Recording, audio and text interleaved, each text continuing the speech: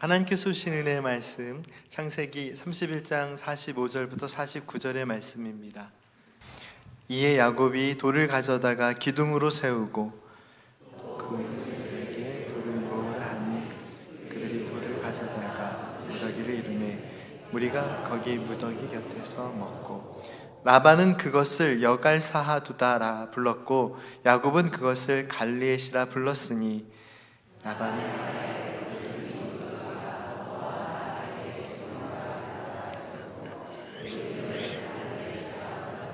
함께 읽겠습니다.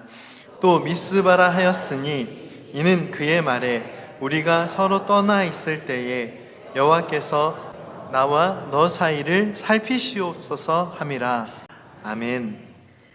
우리는 몇 주간 주일 말씀을 통해 창세기 말씀을 기본으로 우리와 함께 하시고 우리의 삶을 지키시고 인도하시며 돌보시고 형통하게 하시는 하나님의 은혜를 함께 찾아가고 있습니다.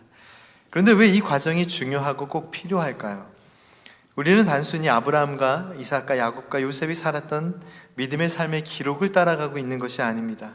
우리는 지금 하나님의 말씀인 성경 말씀을 통해 믿음의 사람들의 삶 속에 함께 하시고 그들의 삶을 인도하시고 지키시고 돌보시고 살피시고 형통하게 하시는 하나님의 은혜를 따라가면서 오늘 우리가 만나야 할 하나님의 사랑과 은혜를 더 깊이 이해하고 있는 것입니다. 오늘 우리의 삶에 변함없이 함께 하시는 하나님의 사랑을 만나고 있습니다. 이것이 오늘 우리가 지금 이 예배의 자리에서 하나님의 말씀에 마음의 귀를 기울이는 이유입니다. 하나님께서는 말씀을 통해 단지 아브라함과 이삭과 야곱 그리고 요셉과 하나님의 백성들이 살았던 그들의 삶의 이야기를 들려주시는 것이 아닙니다.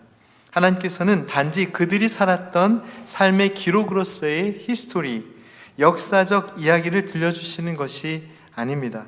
하나님께서는 그들의 삶의 이야기 속에 함께 하신 하나님의 이야기, 하나님의 스토리, 이야기, 하나님의 이야기를 들려주십니다. 인간의 삶의 기록으로서의 역사, 히스토리를 넘어 그 삶 가운데 새겨진 His story, 하나님의 이야기를 강조하는 이 이해는 오랜 기간 설교 등을 통해 여러 번 반복되어 설명되어진 조금은 진부한 내용으로 비추어질 수 있습니다.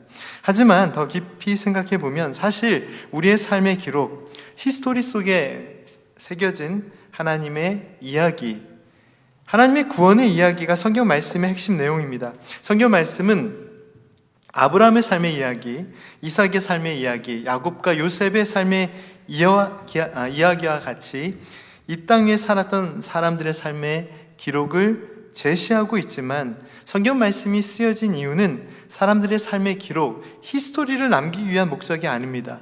그들의 삶의 이야기 속에 하나님께서 써 내려가신 하나님의 이야기, 하나님의 구원의 이야기를 전하는데 그 목적이 있습니다. 그렇기 때문에 우리는 하나님의 말씀이 성경 말씀을 읽으며 하나님께서 오늘 우리의 삶에 새겨주시는 하나님의 사랑과 구원의 이야기에 집중해야 합니다. 우리는 말씀의 은혜를 통해서 나를 살리시고 우리의 영혼을 회복하시는, 우리를 소생시키시는 하나님의 구원의 이야기를 들을 수 있어야 합니다. 성경 말씀이 기록하고 있는 믿음의 삶의 모습들을 주의 깊게 살펴보면 믿음의 삶은 언제 그 온전함이 발견되나요? 믿음의 삶의 온전함은 언제 발견할 수 있습니까? 그저 인간의 꿈과 바람이 완성되는 자리가 아닙니다. 인간의 삶의 욕망이 채워지는 자리가 아닙니다. 믿음의 삶의 온전함은 나는 하나님의 사랑이 필요한 존재임을 깨닫게 되는 순간 시작합니다. 그리고 오직 하나님의 사랑에 압도되는 삶의 자리에서 발견되는 것이 믿음의 삶의 온전함입니다. 성도님들께서는 어떠한 믿음의 삶을 살아가시기 원하십니까? 우리의 믿음의 온전함은 오직 하나님의 사랑에 압도되어 그 은혜의 돌보심을 따라 살아갈 때만 경험할 수 있는 은혜입니다. 오늘 하나님의 사랑에 압도되어 그 은혜를 따라 살아가는 그 삶의 은혜에 대하여 선포하고 있는 오늘 본문 말씀의 은혜를 더 깊이 살펴보겠습니다. 야곱은 외삼촌 라반의 집에서 오랜 세월을 보낸 후에 하나님께서 약속하신 땅을 향해 나아갑니다. 오늘 본문 말씀의 내용은 야곱이 외삼촌 라반의 집을 떠나서 하나님의 은혜를 따라 나아가는 삶의 길에 새겨진 하나님의 은혜, 하나님의 이야기를 기록하고 있는데요. 그 은혜를 담고 있는 본문 말씀의 내용 중에서 48절과 49절 말씀을 다시 한번 함께 읽겠습니다. 라반의 말에 오늘 이 무더기가 너와 나 사이에 증거가 된다 하였으므로 갈레시라 불렀으며 또 미스바라 하였으니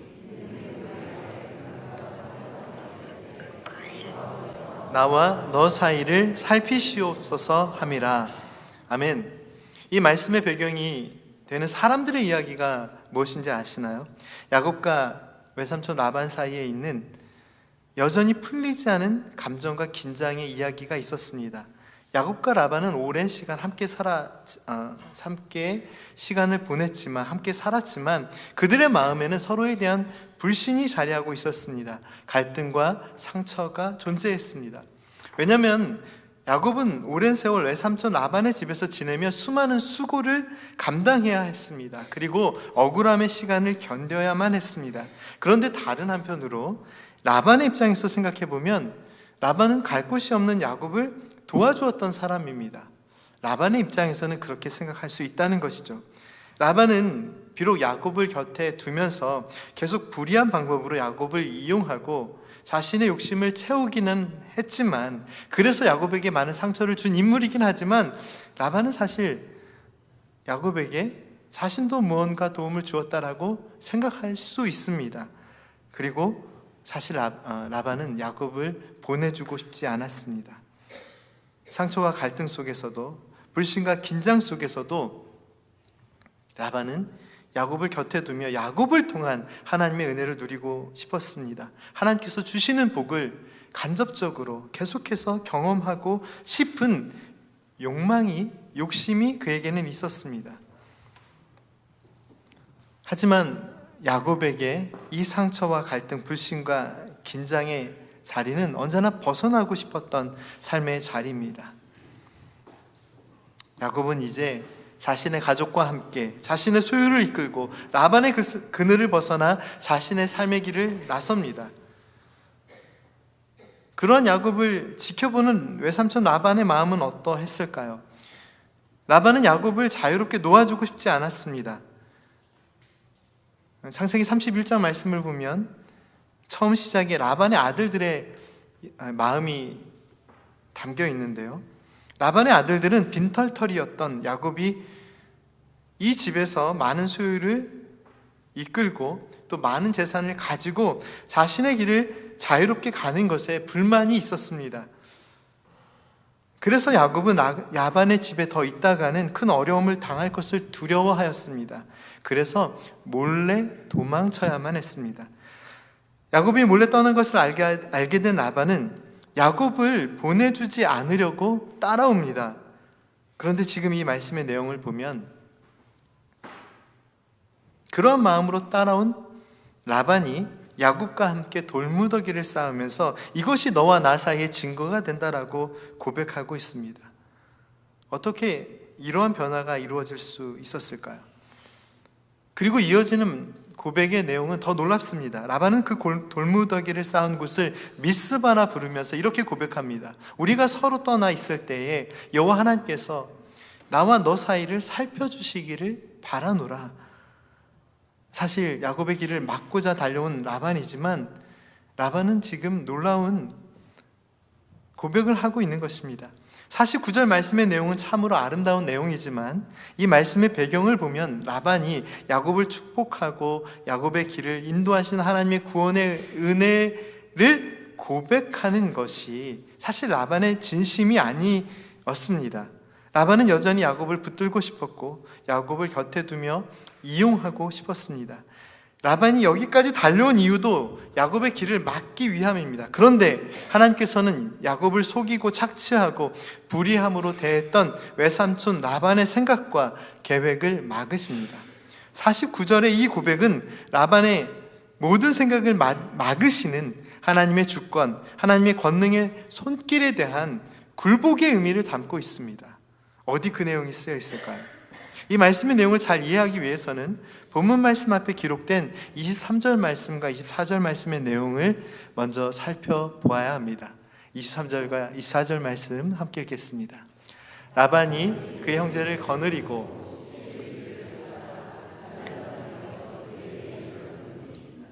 밤에 하나님이 아람 사반 라반에게 현몽하여 이르시되 너는 삼가 야곱에게 선악간에 말하지 말라 하셨더라. 아멘.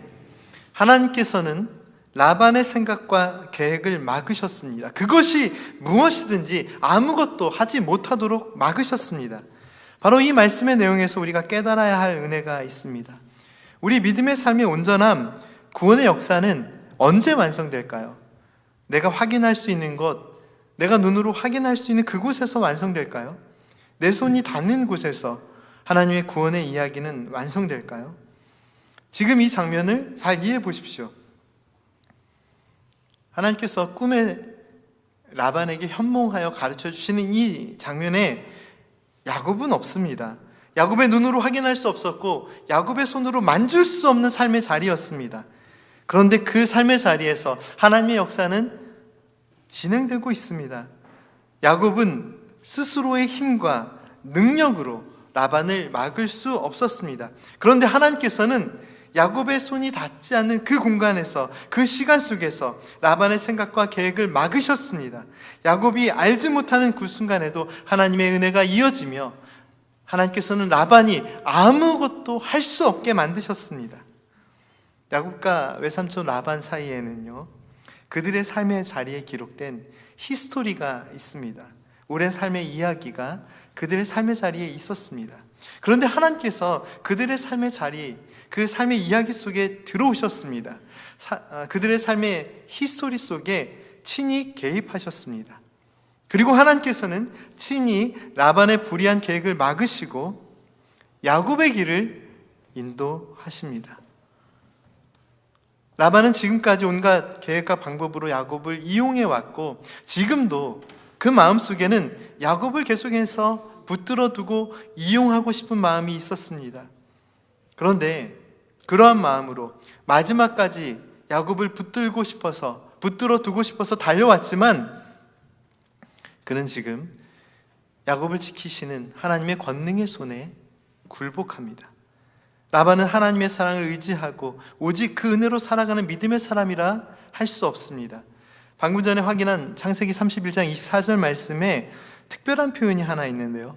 하나님께서 아람 사람 라반에게 현몽하여 이르시되, 말씀은 그가 아람 사람임을 강조하고 있는데요. 이 표현은 라반이 오랜 기간 야곱과 함께 했지만 결국 그의 중심, 그의 삶의 생각, 종교적 삶의 자리는 여전히 이방인이라는 표현입니다. 하나님의 은혜와는 상관없는 다른 기준을 따라 살아가고 있음을 말씀은 보여주고 있는 것입니다. 그런데 하나님께서는 그 아람 사람 라반도 하나님의 구원의 뜻에 굴복하게 하십니다.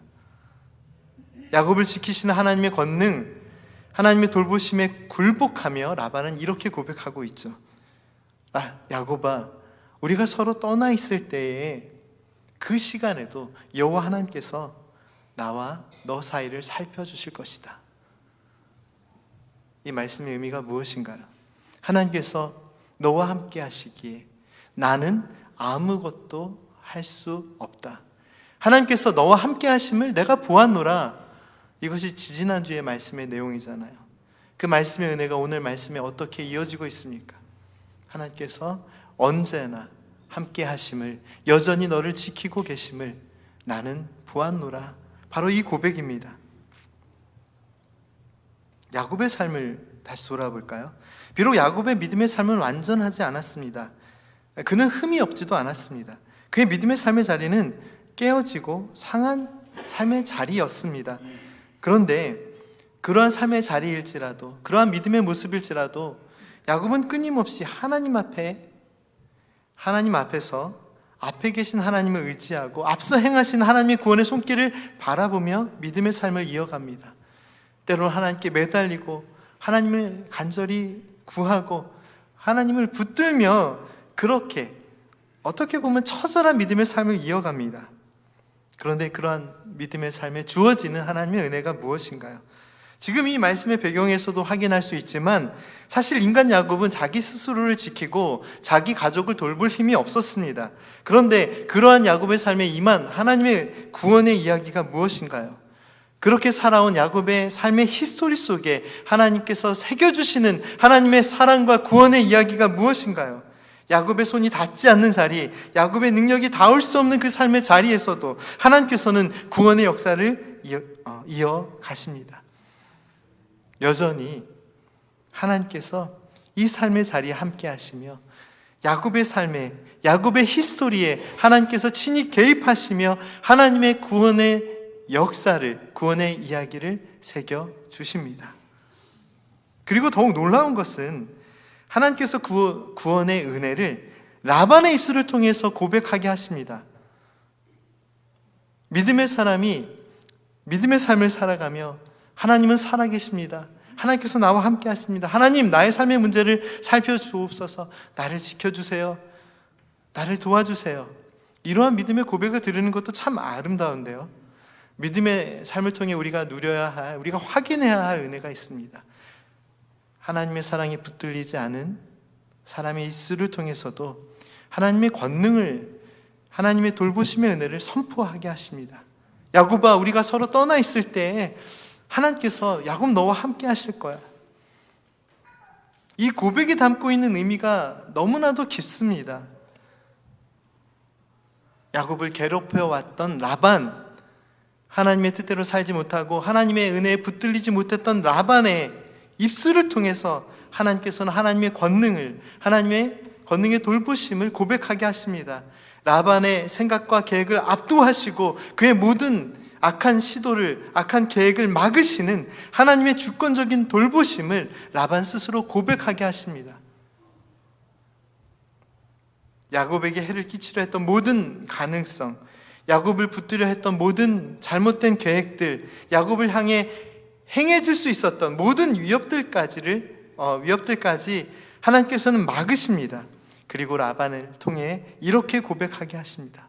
야곱아, 하나님께서 너를 지켜주신다. 너를 살펴주신다. 너와 함께 하신다. 사랑하는 성도 여러분, 이것이 바로 여전히 살피시는 하나님의 은혜입니다. 우리가 알지 못하는 시간 속에서도, 우리가 손 쓸 수 없는 삶의 문제들 속에서도, 우리의 손이 닿지 않는 그곳에서도, 그 시간 속에서도, 그 공간 속에서도 하나님은 여전히 일하시고 계시며 살피시고 돌보시고 계십니다.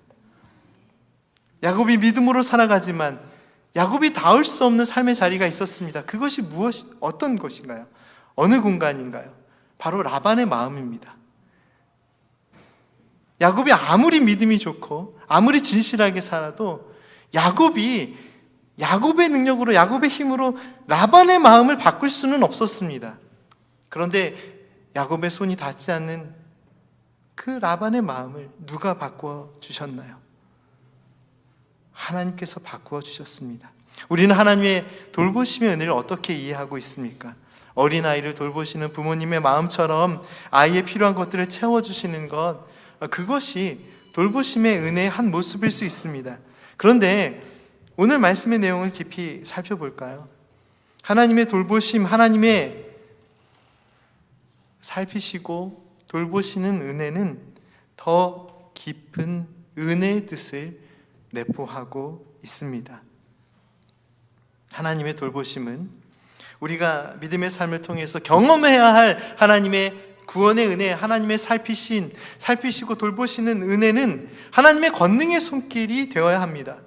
하나님의 주권적 다스리심이 하나님의 돌보심의 중심이 되어야 합니다. 우리의 뜻이 이루어지고 우리의 계획이, 우리의 기대가 이루어지는 것을 통하여 하나님의 돌보심의 은혜를 경험하는 것이 우리가 살아야 할 믿음의 삶의 전부가 아니라, 내 삶의 계획이 막히고 내가 아무런 능력이 없는 것처럼 보이는 그 순간에도 하나님의 주권적인 능력, 하나님의 권능의 손길, 하나님의 주권적인 다스리심이 이루어지는 삶의 공간이, 하나님의 돌보심이 경험되는 믿음의 공간이 되어야 합니다.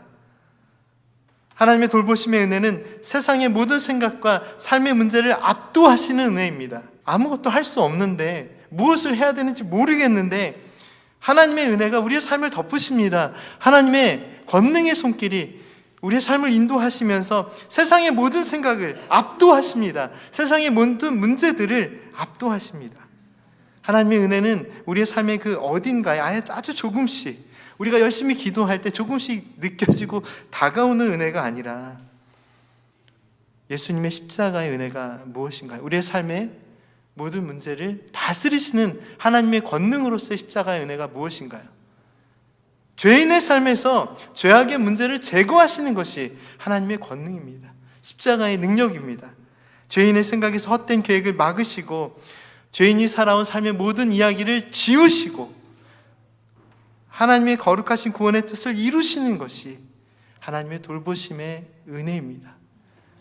우리가 예수님의 십자가의 사랑을 통해서 경험할 수 있는 하나님의 돌보심의 은혜는 하나님의 주권적인 권능의 손길, 바로 그 손길이 되어야 합니다. 내 손이 닿지 않는 곳, 내가 풀 수 없는 문제들 속에서도 하나님의 돌보심의 은혜는 분명하게 이어지고 있음을 오늘 하나님의 말씀은 증거하고 있습니다. 사랑하는 성도 여러분, 우리가 살아야 할 믿음의 삶은 내 삶의 자리에서 내 생각과 마음과 손이 닿고 있는, 내가 케어할 수 있는, 내가 다스릴 수 있는, 내가 관리할 수 있는 삶의 자리에서만 이루어지는 것이 아닙니다. 오히려 우리가 경험해야 하는 반드시 경험해야 하는 하나님의 사랑과 은혜는 내 손이 닿을 수 없는 그곳에서 지금도 하나님의 사랑과 구원의 이야기로 채워지고 있습니다. 우리는 믿음의 삶을 살아가면서도 늘 이 세상 속에서 나의 존재를 증명하려는 경향이 있습니다. 내가 얼마나 중요한 사람인지, 내 생각이 얼마나 가치 있는지, 우리는 인생의 삶을 통해서, 내 삶의 히스토리를 통해서 끊임없이 증명하려고 몸부림칩니다. 그런데 믿음의 삶의 중심은 나를 통하여 써내려가시는 하나님의 사랑과 구원의 이야기에 집중되어야 합니다. 기독교 공동체 안에서 자주 인용되는 이야기가 하나 있는데요, 수십 년 동안 교회에서 예배당 문을 열고 닫는 그런 봉사를 했던 한 사람이 있었습니다. 그는 단 한 번도 강단에서 설교를 해본 적도 없는 사람이고, 회중 앞에서 화려하고 아름다운 찬양을 인도하거나 또 드리거나 또 기도를 드려본 그런 경험도 없는 사람입니다. 교회 안에서나 세상 속에서나 누군가 알아주는 위치에 있지 않았습니다. 그런데 그저 매주 묵묵히 교회 문 곁에 서서 들어오는 사람들에게 인사하고 문을 열어주는, 조금은 평범해 보이는 봉사를 꾸준히 실천했습니다. 그런데 그가 하나님의 부르심을 받고 장례 예배가 드려지는 날 누구도 예상하지 못한 놀라운 광경이 펼쳐집니다. 수많은 사람이 그의 장례식에 찾아와 마음 따뜻한 고백을 남기기 시작하는데요, 누군가는 이렇게 말합니다. 이분은 제가 처음 교회에 왔을 때 가장 먼저 웃으면서 저를 맞아주신 분이었습니다. 그러자 또 누군가가 이렇게 얘기합니다.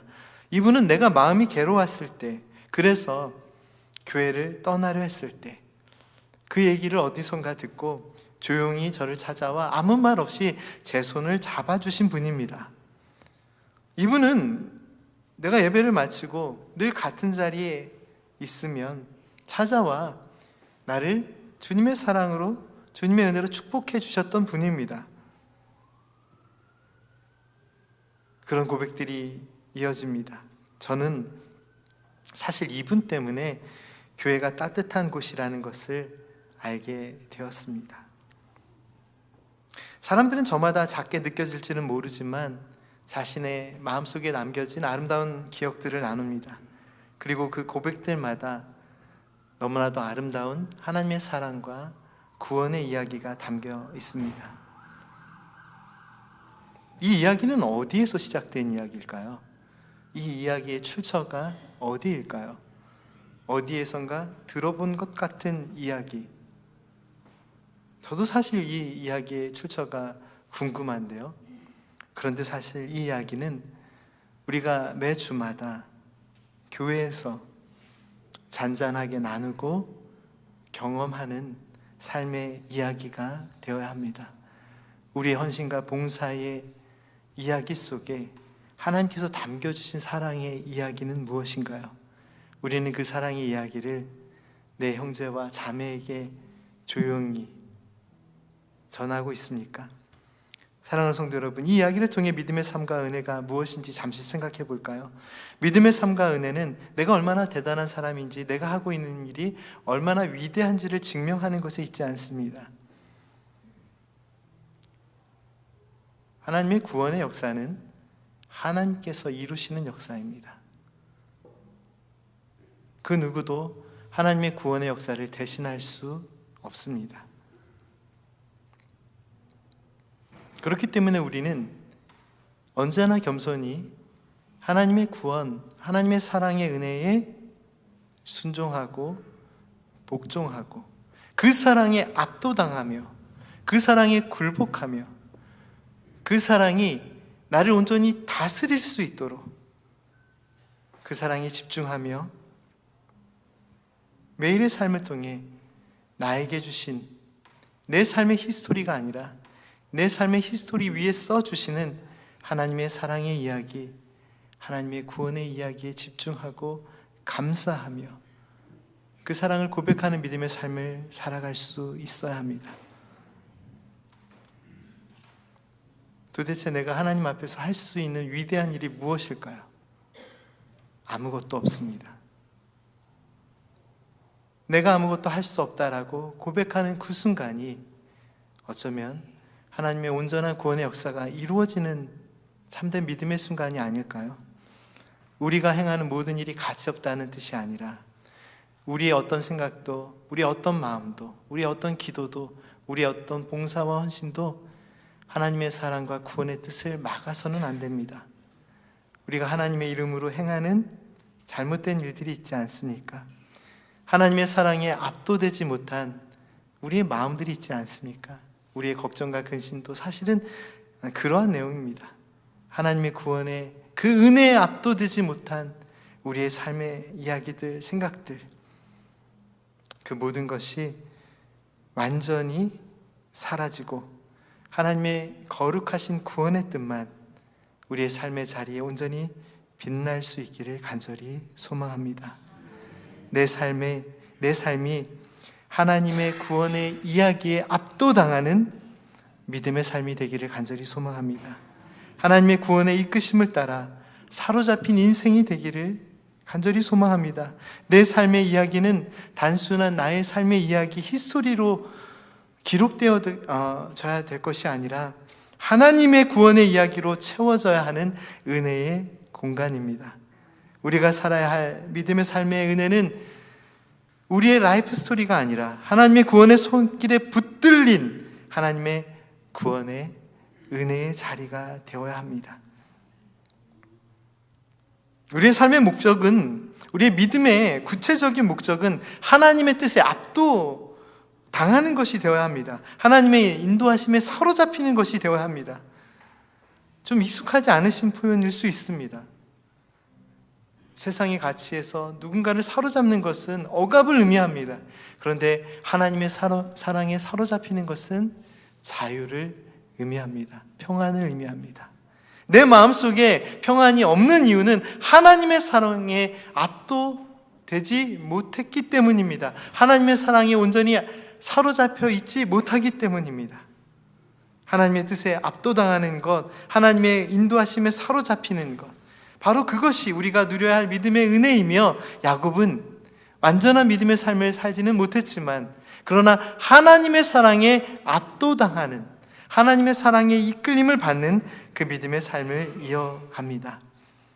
사랑하는 성도 여러분, 내 삶에 하나님께서 하나님의 구원의 이야기를 새겨주실 수 있도록 우리 믿음의 삶의 자리를 하나님께 맡겨드립시다. 하나님께서 내 삶 전체를 붙드시고 하나님의 이야기를 새겨주실 수 있도록 우리의 믿음의 시간이 길어질수록, 깊어질수록 성도님들의 삶 전체를 하나님께 드리는 삶의 은혜를 누리십시오. 믿음이란 내 이야기를, 내 삶의 이야기를 붙드는 것이 아니라 나를 창조하시고 나를 사랑하시며 나를 구원하시는 하나님의 사랑과 구원의 이야기를 붙드는 것입니다. 나의 손길이 닿지 않는 그곳, 그래서 내 염려가, 내 걱정이 커져가는 그 삶의 자리. 그러나 하나님께서는 그곳에서 지금도 우리와 함께 하시며 하나님의 구원의 역사, 은혜의 역사, 사랑의 이야기를 우리의 삶 가운데 새겨 주십니다. 함께 기도드리겠습니다. 사랑하는 풍성하신 하나님 아버지, 우리의 삶이 그냥 흘러가는 우리의 라이프 스토리가 아니라 하나님께서 써내려 가시는 구원의 이야기가 되게 하여 주옵소서. 아브라함과 이삭과 야곱과 요셉의 삶 속에 함께 하시고 인도하시고 지키시고 돌보시고 여전히 살펴주셨던 하나님의 사랑과 구원의 은혜로 오늘 우리의 삶을 지켜주시고 우리의 모든 삶의 문제들을 다스려 주시옵소서. 예수님의 이름으로 기도드립니다. 아멘.